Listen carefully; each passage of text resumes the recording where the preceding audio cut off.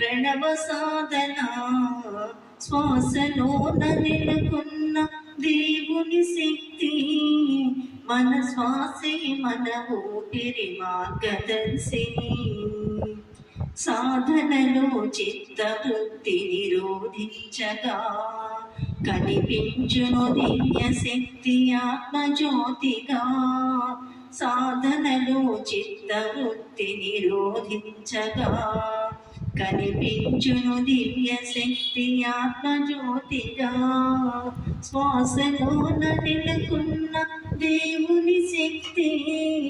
మన శ్వాసే మన ఊపిరి మార్గదర్శిని మన శ్వాసే మన ఊపిరి మార్గదర్శిని